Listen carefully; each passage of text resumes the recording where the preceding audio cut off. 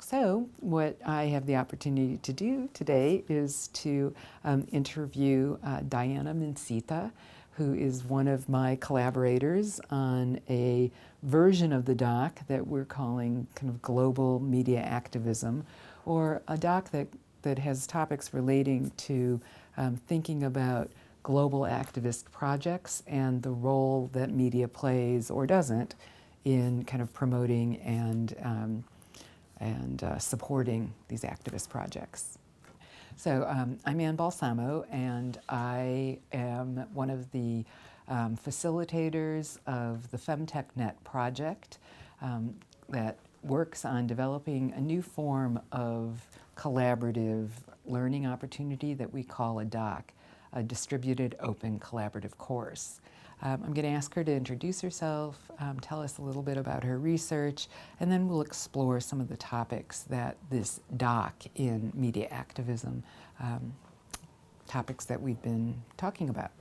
So, could I ask you to just start by introducing yourself? I'm Diane Mincyte, and I am a sociologist by training. I am currently assistant professor at the City University of New York, at City Tech, not City College. My research comes from a particular place within sociology, the debate about sovereignty. And in particularly, I'm interested in the issue of food sovereignty. So my research has been on Lithuania, which is a new EU member state, relatively new, from 2004. They are on Euro, they are integrated, and on the surface, it looks very much European, but once you move into the countryside, you very quickly notice things that stand out where people really don't fit in this kind of the regulatory kind of state. And that's where my research kind of picks up, is looking and following people who are living outside of the state. They are involved, they are semi-subsistence farmers, very poor farmers, who are producing food for themselves, but also selling it directly to the consumers who are not very wealthy.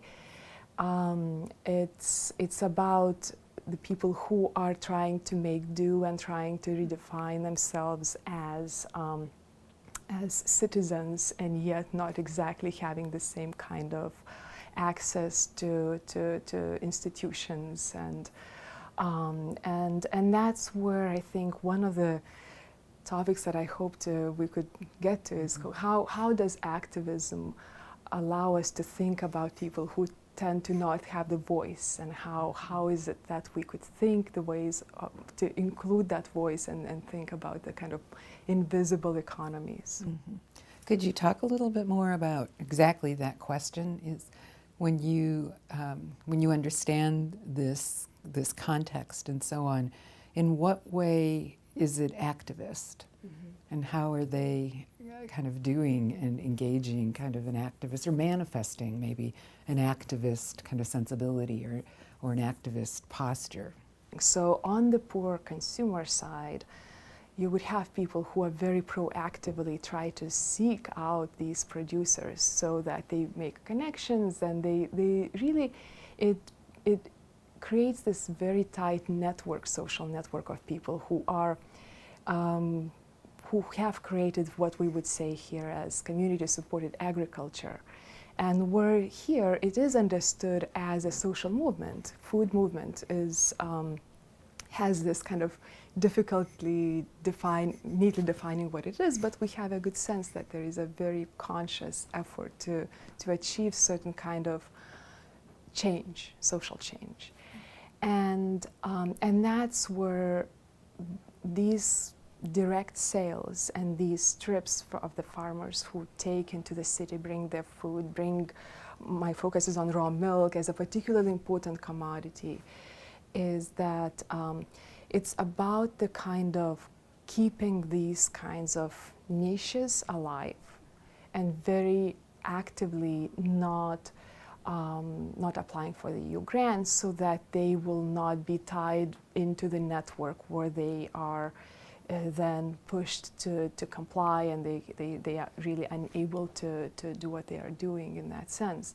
So there is a very clear sense in which subjectivity, we would say, right? I mean, the very clear sense of self that what we would like to be, we would like to be part of Europe, but we cannot really fit in, so at least we form this very socially engaged and supportive kind of community.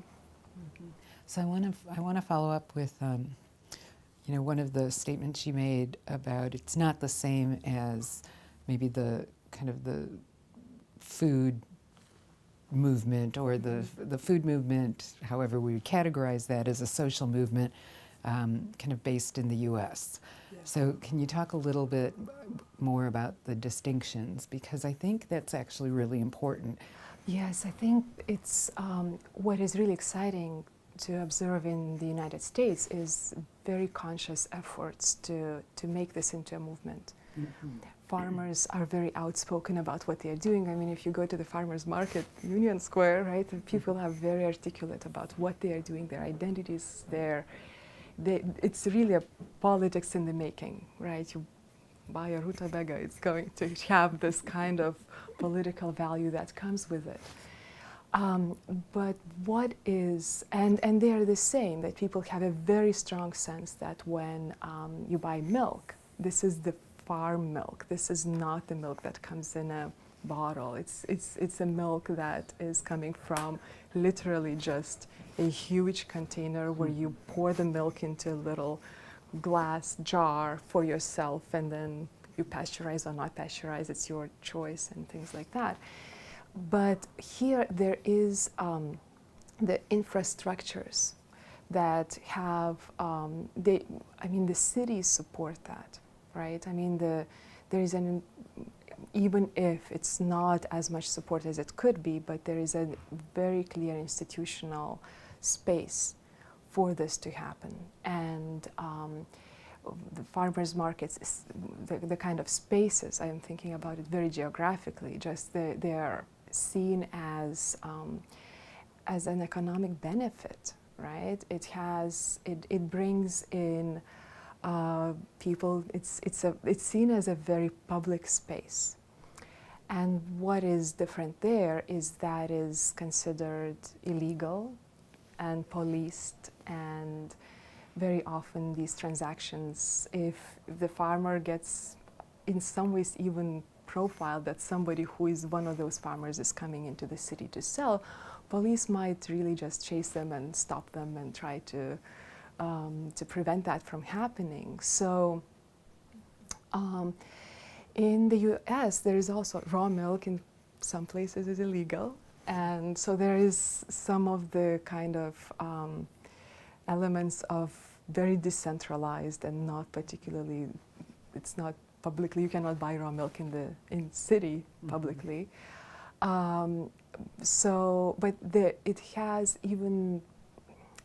stores, even institutions that are able to support that kind of activity. So there are lawyers even who are involved in protecting these kinds of farmers and consumers as well. So that is the major difference. It's the difference between how the state looks at it, which is kind of really interestingly contradictory, right? That the state is allowing for activism to exist in one way or it doesn't. So I think it's a fascinating question, how activism is related to the structures of the state, and what enables it and what squishes it and makes it invisible in that particular context.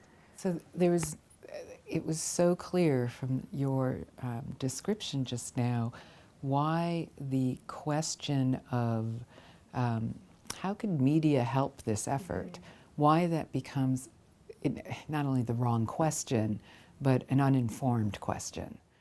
I think what's interesting is that the case of Lithuania, but also in kind of places that are outside of North America and Northern Europe is that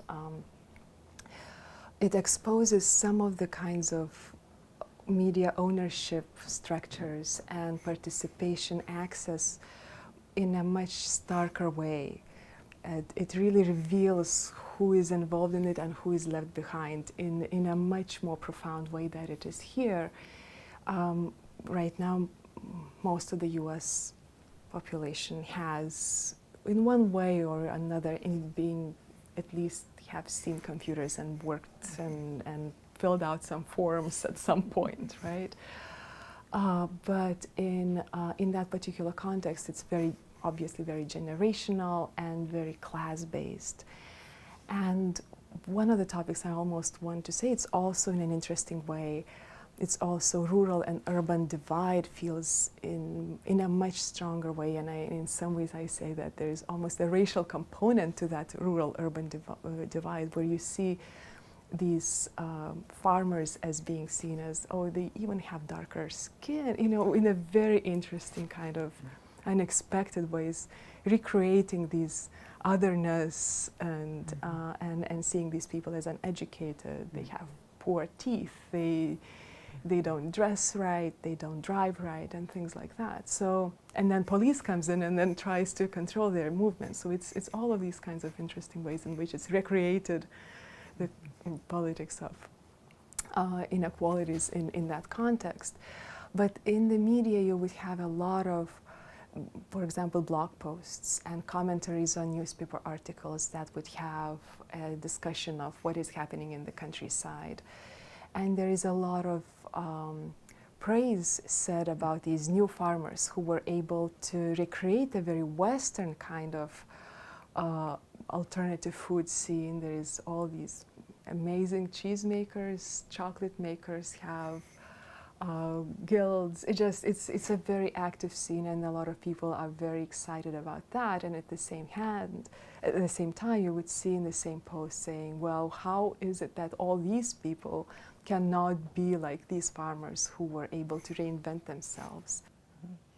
I mean, that is, it goes kind of hand in hand with your description that many of the farmers, the pasteurized or unpasteurized milk kind of network, they're off the grid, yes. Which means this, even the media question would be entirely irrelevant to their actions and their aims, right? Because it sounds like their aims are not about publicizing their plight or galvanizing sympathy or mounting a political platform. That in fact their project is very close to the place and the moment that they live. Yes, absolutely. And it doesn't mean that they are not part of the kind of global flows. It's interesting how they are knowledgeable